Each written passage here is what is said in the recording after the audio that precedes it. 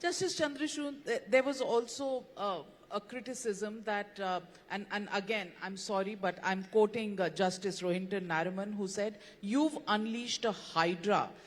Many parts of the country are now seeing various petitions coming in, whether you look at the Gyanvapi Mosque issue, whether you look at, the recent incident in Sambhal, where a petition and a survey took place, the Places of Worship Act. That seems to be the issue under challenge. It's present in the Supreme Court. It came up during your term as Chief Justice. Well, today the Supreme Court has passed an order.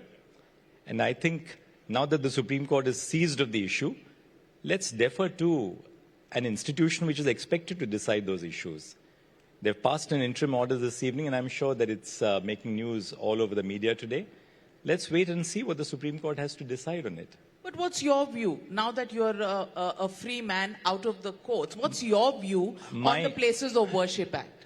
Though I'm a free citizen, I've been a person who has been a judge until just a month ago, and I'd not like to prejudge what my colleagues, whom I respect on the bench, are doing for the present moment.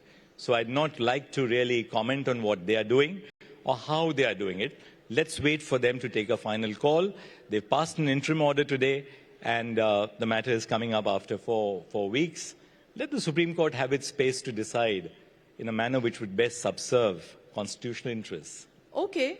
Even while this matter was sub judice in your time, the fact was that you did give a judgment where you said there is no bar on determining the nature of the place of worship. Do you think this contradicts what is contained in the Places of Worship? Now, there again, it was an observation. No, not a judgment. there's no judgment at all. In fact, the case which I was considering is still pending before the Supreme Court. Second, any discussion in the court has to be understood in the context of a dialogue which happens in the court. Exactly what we were discussing just a few minutes ago, that people tend to lift not even an observation, a question which is posed to a lawyer. Questions are posed to the lawyers to elicit the truth. Really speaking, Navika, there are two types of judges in our court and two types of questioning. One, when a lawyer makes a point, you take that point to its logical conclusion. That is, you stretch the argument of the lawyer and see how far that argument takes you. That's one line of inquiry which judges carry out. The second line of inquiry in the court which judges carry out is that you play the devil's advocate, which is that you tell the lawyer a point or a proposition which is directly contrary to what the lawyer is arguing. Now, both lines, the line of stretching a line of argument to its logical conclusion and playing the devil's advocate, are really not ploys, but these are instruments to elicit the truth. And therefore, to say that an observation or a dialogue in the court is reflective of what position a court may ultimately take would be really to do disservice or injustice to the nature of the process in the court. But this statement that you made was not in the Places of Worship Act, but the statement, and I'm quoting you here, the ascertainment of the religious character of a place as a processual instrument may not fall foul of Section 3 or 4 of the Places of Worship Act. These are matters where we will not hazard an opinion in our order. We are in a dialogue. Was this a question?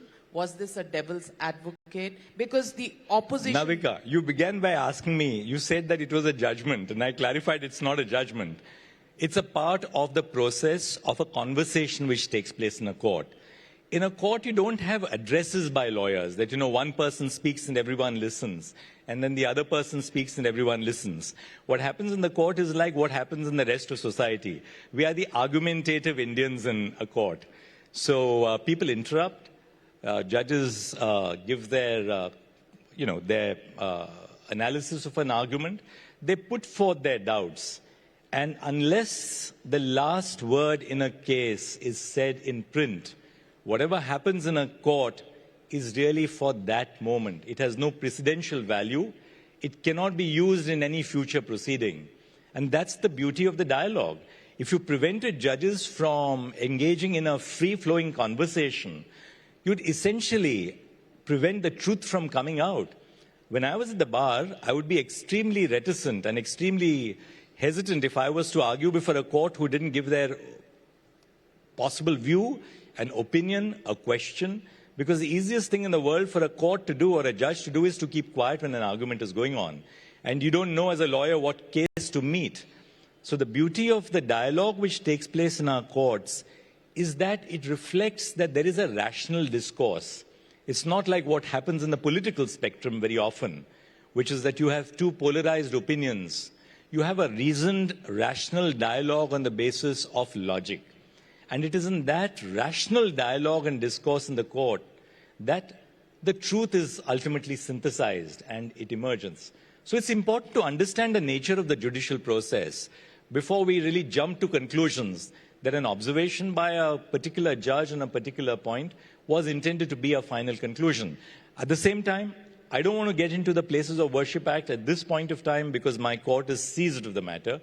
As a former Chief Justice of India who has just laid down office a month ago, I think it would be improper on my part to now start prejudging issues which would be shortly decided by the court.